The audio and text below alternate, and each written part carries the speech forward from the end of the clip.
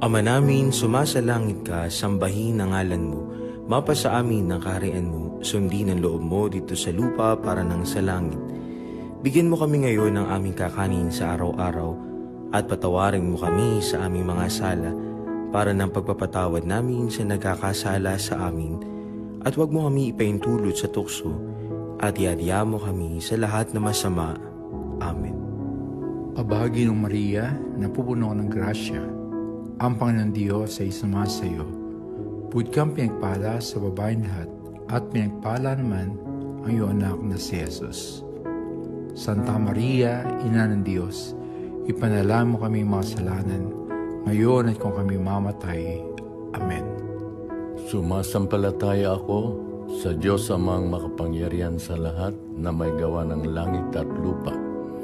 Sumasampalataya ako kay Jesucristo, iisang anak ng Diyos,